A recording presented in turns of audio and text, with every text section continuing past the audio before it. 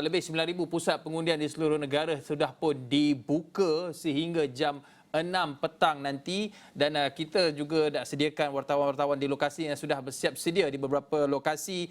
Kita ada Umavati Ramayah di Permatang Pauh, kita ada Fazlizai Ali di Marang dan juga kita ada Afizi Azaman di Gombak. Okey, Umavati dan Fazlizai, tunggu dulu sebab kita bagi ke Afizi ni dia dia ada Hafizi banyak sebenarnya. Waktu yang panjang Hafizi ni. Banyak sebenarnya info-info yang hendak dikongsikan kepada kita. Hafizi, mungkin apa yang boleh Hafizi kongsikan pemerhatian di pusat mengundi di Gombak sana?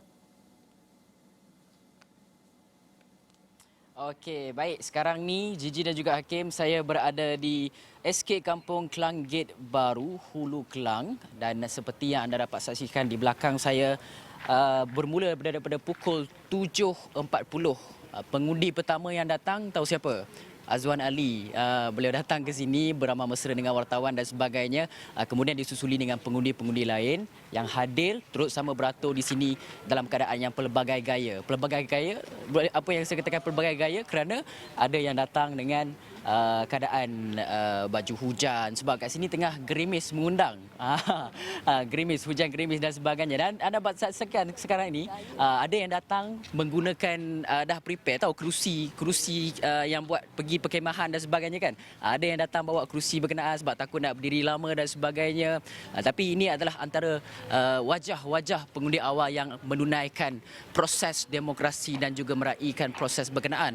Dan sedikit sebanyak ingin saya sentuh berkaitan dengan pengundi di SK Klang Gate baru ini. Sebenarnya ada lebih kurang dalam 200 lebih difahamkan pengundi ada di sini, tak ramai sebenarnya. Dan tumpuan utama di sini, kenapa saya berada di sini adalah sudah pasti untuk melihat kepada pengarah pilihan raya Perikatan Nasional Datuk Seri Azmin Ali yang dikabarkan akan mengundi di sini pada pukul 8.30 pagi nanti. Dan selain itu, pengundi di sini secara keseluruhannya Gombak ada lebih kurang dalam 206,000 pengundi, pertambahan yang cukup signifikan, lebih kurang dalam 65,000 pengundi baru yang dijangka melihat kepada calon-calon yang bertanding. Dekat sini seperti yang kita tahu ada 5 penjuru, tapi dua pertemuan di antara Sifu dan juga anak murid menjadi tumpuan orang ramai lah di antara Datuk Seri Azmin Ali dan juga Datuk Seri Amiruddin Syari daripada Pakatan Harapan. Dan dalam masa yang sama juga kita ingin melihat kepada beberapa don di sini, ada Gombak Setir, ada Hulu Kelang, ada Sungai Tua. 3 don ini adalah 3 medan peperangan yang cukup penting untuk Amiruddin Syari dan juga Azmin Ali. Dan dalam masa yang sama juga, demografi secara keseluruhannya dekat sini didominasi oleh pengundi Melayu. Jadi sememangnya pengundi Melayu ataupun undi daripada kaum Melayu ini amat ditagih oleh calon-calon yang bertanding. Dan sikit sebanyak ingin saya kongsikan apa yang menarik di Parlimen Gombak selepas 14 hari berkempen, selepas bersusah payah calon-calon yang bertanding, gerak kerja kempen dan sebagainya. Boleh saya rumuskan bahawa kempen-kempen calon yang bertanding di Parlimen Gombak ni sedikit suram. Saya tak tahu kenapa, tapi mungkin disebabkan oleh pertemuan Sifu dan juga anak murid, sahabat baik kedua-duanya. Mungkin di hadapan media dan sebagainya mereka bertikam lidah, tetapi di belakangnya kita tidak tahu apa pembincangan yang dilakukan oleh mereka berdua. Dan dalam masa yang sama juga kita ingin melihat kepada rata-rata pemerhati politik yang ada di sini yang melihat kepada Datuk Seri Azmin Ali terlebih dahulu sebagai penyandang 3 penggal di Parlimen Gombak ini.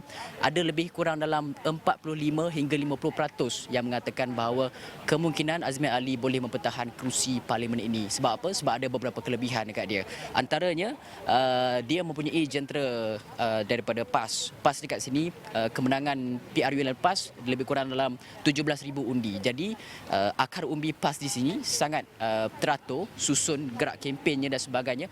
Boleh dikatakan memberikan impak signifikan, terutama di kawasan Gombak Setia itu sendiri. Dan dalam masa yang sama juga, setiausaha politik Azmin iaitu Hilman Idham, dia pegang ataupun menjadi adun Gombak Setia itu sendiri. Dan ini adalah antara real battleground yang terjadi di Parlimen Gombak. Dan untuk Datuk Seri Amiruddin Syari, beliau juga mempunyai ada kelebihan untuk menangi Parlimen Gombak sebab Satunya status beliau sebagai jawatan ataupun memegang jawatan Menteri Besar Selangor. Jadi segala dasar polisi untuk pembangunan Gombak dan sebagainya boleh dijalankan dengan pantas, dan ini antara perkara yang menarik pengundi-pengundi muda.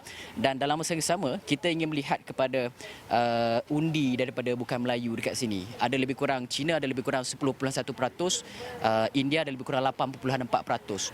Solid pengundi bukan Melayu di Gombak sememangnya lebih mendominasi ataupun cenderung untuk membeli Pakatan Harapan, kerana parti-parti yang bertanding, calon-calon lain lebih kurang dalam orang kata tiada tawaran yang lebih baik. Dan kita juga tahu bahawa sentimen parti lain yang bertanding, BN, Perikatan Nasional, mereka membawakan suara ataupun mengangkat suara kemelayuan itu sendiri. Jadi solid memang boleh dikatakan Datuk Seri Amiruddin Syari boleh pegang pengundi-pengundi bukan Melayu di Parlimen Gombak. Dan dalam masa yang sama kita juga ingin melihat kepada beberapa perkara, iaitu Datuk Seri Megat Zulkarnain, calon daripada Barisan Nasional. Bukan kita nak menidakkan perlumbaan di antara ketiga-tiga ataupun Datuk Seri Megat Zulkarnain ini, kerana persoalan dia, adakah Datuk Megat Zulkarnain boleh membuat kejutan dalam kawasan Parlimen yang dikategorikan sebagai kawasan hitam pekat untuk Barisan Nasional, kerana dah 3 penggal gagal orang kata mengembalikan Parlimen ini kepada Barisan Nasional. Jadi adakah Datuk Megat boleh melakukan kejutan ataupun tidak dengan memainkan naratif bahawa Muafakat Nasional MN yang ditubuhkan oleh PAS dan juga UMNO masih lagi utuh di Parlimen Gombak, dan malah dalam kempen-kempennya beliau menyeru kepada parti-parti ataupun penyokongnya tidak menyerang kepada calon PAS ataupun penyokong-penyokong daripada PAS. Jadi ada soft spot di situ di antara UMNO dan juga PAS. Jadi adakah ini akan memecahkan undi Datuk Seri Azmin Ali yang pada ketika ini PAS mendukung Perikatan Nasional secara bersama dengan bersatu. Jadi itu antara perkara-perkara yang boleh kita highlightkan untuk kerusi Parlimen Gombak. Tapi sebenarnya kingmaker dekat sini adalah pengundi yang berusia antara 21 tahun, 20 tahun itu sendiri sampailah 39 tahun. Sebab ada lebih kurang dalam 90,000 pengundi ada dekat sini berusia yang saya sebutkan tadi. Jadi dan tambahan 65,000 pengundi baharu daripada 114 naik kepada 206. Jadi ini antara satu pertambahan yang cukup signifikan. Okey, kita boleh dengar suara siapa itu? Hakim dan juga Gigi. Siapa Ali ada di sebenarnya tu? sebelah. Boleh tengok Tapi sikit siapa? jomlah saya tunjukkan sikit. Ini antara Pengundi pertama ke ni? Pengundi pertama yang hadir. ini antara Kau mampu Esra Awani, kau mampu. saudara Azwar Ali. Nak tunggu abang ke kat sini? Dia orang tengah. Ni, untuk Esra Awani the first nampak tangan aku dah tercalit. Terima kasih. Nak tunggu abang ke? Nak tunggu abang? Tunggu abang? Ada abang ke? Okey, kepada Azmin Ali, I tak panggil dia Datuk Seri. Hopefully he's watching. I panggil dia Min aja. So good luck. Tapi Diva A satu dunia dah baca. Kau akan kalah, Dek Nun. Okey, baik. Itu dia. Sikit sebanyak orang kata perang yang terakhir lah. Peluru yang terakhir dilancarkan oleh Azwan Ali kepada abangnya sendiri, Datuk Seri Azmin Ali. Dah tak yang mana boleh kita kempen tahu ni, pada Fizi. ketika ini masih lagi menunggu ketibaan beliau. Contoh ya. Okey, untuk Parlimen Gombak, bagi saya, siapa calon-calon yang mampu meraih undi baharu 65,000, dia yang akan menang. Kerana undi dah pecah banyak. Pemerhati-pemerhati politik sukar nak ramalkan Parlimen Gombak ni siapa yang akan menang, Azmin Ali ataupun Amiruddin Syari. Apapun kita akan nantikan keputusan berkenaan. Cuma Hakim, sikit sebanyak saya nak bawakan lah. Dulu SK Kelanggit ni, SK Kelanggit baru ni kan, media dibenarkan masuk sampai dalam tau. Tapi sekarang media diletakkan di tepi jalan. Jadi persoalan saya kepada SPR adalah, kenapa nak bersusah buat PAS ni kalau kata tak boleh nak masuk kan? Kita ni menjalankan peranan sebagai media untuk melihat, melaporkan, memerhatikan proses pengundian dan sebagainya. Diletakkan tepi jalan, kereta motor pun lalu di sebelah ni. Jadi ini satu perkara yang perlu diberikan perhatian. Sebab dulu masa PRU14 saya masih ingat saya cover di sini juga. Media dibenarkan masuk, saluran mengundi dan sebagainya dibuat di kelas-kelas. Tetapi perbezaannya sekarang adalah saluran mengundi mereka buat satu tempat saja di Dewan. Jadi untuk untuk pengamal media, di sinilah kami dengan hujan renyai-renyai gerimis. Ini gerimis mengundang kemurkaan jugalah kan. Tapi apa pun tak apalah, kita serahkan kepada Tapi itu semua cabaran lah Fizi. Ya, okey. Kita sebagai media dekat sini, apa pun pasti ada alasan yang tersendiri. Mengambil kira pandemik dan sebagainya. Hafizi dah boleh standby lah cik tempat berteduh, bawa payung siap-siap. Boleh makan breakfast lah. Okey Hafizi, nanti kita akan beri cuma satu lagi boleh. Saya satu lagi boleh tak? boleh, Apa tu? Silakan. Satu lagi. Jangan lupa bawa IC.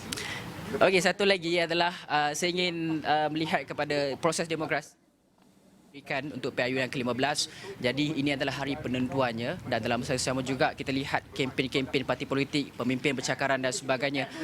Rakyat sedikit sebanyak hubungan itu renggang.